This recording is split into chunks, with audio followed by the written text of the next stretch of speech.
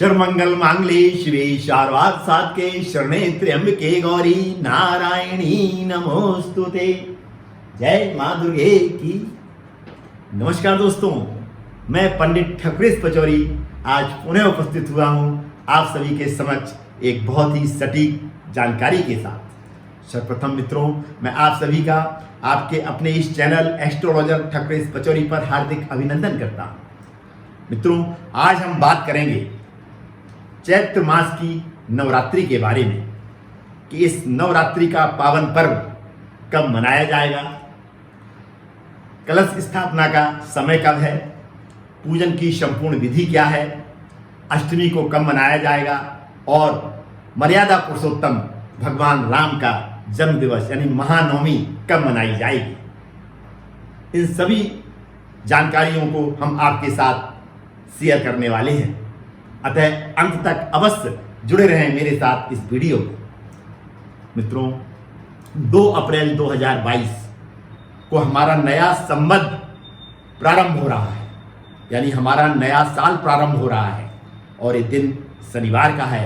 अतः इस वर्ष शनि राजा रहेंगे और ये वर्ष का सर्वश्रेष्ठ दिन माना जाता है, क्योंकि इससे हमारा नया संवत प्रारंभ हो रहा है। और इसी दिन से मित्रों प्रारंभ हो रही हैं चैत्र मास की नवरात्रियां। मित्रों, जो कलश स्थापना का समय है इस दिन, वो सुबह सूर्योदय से लेके दोपहर 11:28 के बीच में बहुत ही शुभ मुहूर्त है, सर्वश्रेष्ठ मुहूर्त है। इसी बीच में हमको कलश स्थापना करनी है। इस चैत्र नवरात्रि का महत्व इसलिए और बढ़ जाता है क्योंकि इसी दिन से ब्रह्मा जी ने सृष्टि की रचना प्रारंभ की थी। अब जिस तरह से आपके घर में कोई मेहमान आने वाला होता है और डिपेंड करता है कि वो मेहमान कितना महत्वपूर्ण है, उसी हिसाब से आप उसके आगमन की तैयारियां करते हैं। तो मित्रों, नवरात्रि में आप माँ दुर्गा को अपने यहाँ आमंत्रित कर रहे हैं, जो कि आपके लिए और आपके परिवार के लिए बहुत ही महत्वपूर्ण है। अतः उसी हिसाब से उनके आगमन की तैयारियां करिए। घर को साफ करिए, खास तौर से पूजा स्थल को जहाँ पे आपको उनको विराजमान करना है।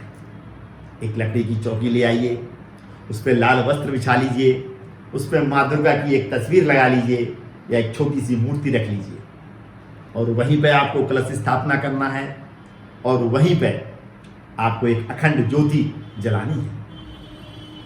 ध्यान रखें, जब मेहमान आपके यहाँ आते हैं तो आप मेहमान को अकेला नहीं छोड़ते हैं।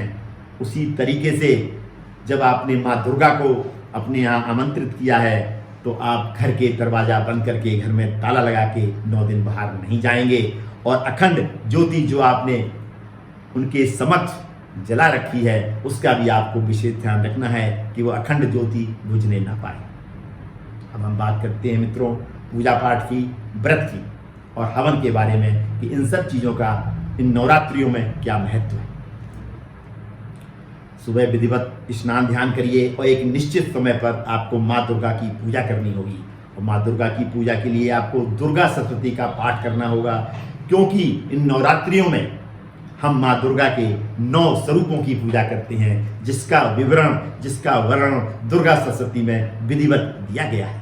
यदि आपके पास दुर्गा सप्तशती नहीं है मित्रों, तो गोरखपुर प्रकाशन की दुर्गा सप्तशती ले आइए और उसके पेज नंबर 15 पर पूजा की संपूर्ण विधि दी हुई है। उसी विधि से आप 9 दिन माँ दुर्गा की पूजा करिए और पेज नंबर 16 और 17 पर शापोद्वार के 20 मंत्र दिए गए हैं।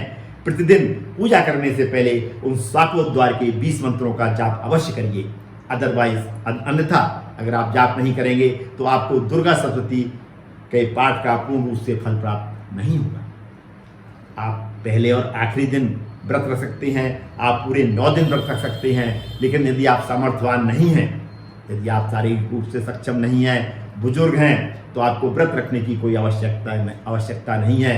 आपको विधिवत पूजा पाठ करना है, उसी से आपको व्रत का भी फल प्राप्त हो जाएगा। आप पहले और आखिरी दिन हवन कर सकते हैं या आप पूरे 9 दिन हवन कर सकते हैं, लेकिन पहले और आखिरी दिन आपको हवन अवश्य करना है, क्योंकि उसका भी अपने आप में एक विशेष महत्व है। हवन सामग्री या तो घर पे बना लीजिए या बाजार से ले आइए, जायफल ले आइए, कपूर ले आइए, आम की लकड़ी ले आइए। और विधिवत आपको पहले और आखिरी दिन दुर्गा सप्तशती का पाठ करके हवन करना है।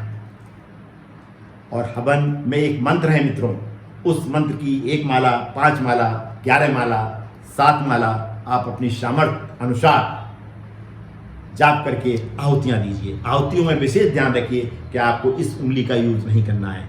हवन सामग्री ऐसे लीजिए और मंत्र है मित्रों, ओम ऐं ह्रीं क्लीं चामुंडाय विद्महे स्वाहा।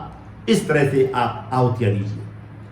इस तरह से यदि आप आहुतियाँ देती हैं तो जो अग्नि उसमें प्रज्वलित होती है, जो धुआं उससे निकलता है, उसमें काफ़ी पावर आ जाती है, क्योंकि आपने दुर्गा सप्तशती के मंत्र का उसमें जाप किया है। और वो पावर आपके घर की नकारात्मक ऊर्जा को समाप्त कर देगी। और यदि घर में आपके कोई असाध्य रोग से पीड़ित है तो उसका रोग समाप्त कर देगी। और माँ दुर्गा की असीम कृपा आपके और आपके परिवार के ऊपर पूरे साल बनी रहेगी। अब हम बात करते हैं मित्रों अष्टमी का व्रत। अष्टमी का व्रत 9 अप्रैल 2022 दिन शनिवार को रखा जाएगा। और जो महानवमी है मित्रों, जो भगवान राम का जो जन्म दिवस है महानवमी, वो 10 अप्रैल 2022 दिन रविवार को मनाई जाएगी। और नवमी से संबंधित समस्त पूजा पाठ, हवन इत्यादि नवमी तिथि पर्यंत रात्रि 12:08 से पहले संपूर्ण कर ली जाएगी। और जो महानवमी है मित्रों, वो पूरे भारतवर्ष में हर्षोल्लास के साथ 10 अप्रैल 2022 दिन रविवार को मनाई जाएगी। और खास तौर से रामलला जो जन्मस्थली है भगवान राम की, वहाँ पे इसको बहुत ही पारंपरिक तरीके से, बहुत ही हर्षोल्लास के रूप में मनाया जाएगा। और भय कृपट कृपाला की गूंज से पूरा वातावरण उस दिन राममय हो जाएगा। इसी दिन मित्रों तुलसीदास जी ने रामचरितमानस लिखना प्रारंभ किया था। अतः इसको मानस जयंती के रूप में भी इस दिन मित्रों मनाया जाता है। और जो मित्र हमारे 9 दिन व्रत रखेंगे उनको व्रत का पारण 11 अप्रैल 2022 दिन सोमवार को प्रातःकाल 10वीं तिथि में करना होगा। कैसा लगा मित्रों मेरा ये एपिसोड, ये जानकारी? यदि अच्छी लगी हो तो इसको शेयर करना, इसको लाइक करना ना भूलें। और यदि आप मुझसे परमानेंट जुड़े रहना चाहते हैं तो अपने इस चैनल को सब्सक्राइब अवश्य करें, बेल आइकॉन को भी प्रेस करें। आज मैं अपनी वाणी को इस भावना के साथ में विराम देता हूं कि आपके और आपके परिवार के ऊपर मां दुर्गा की असीम कृपा बनी रहे।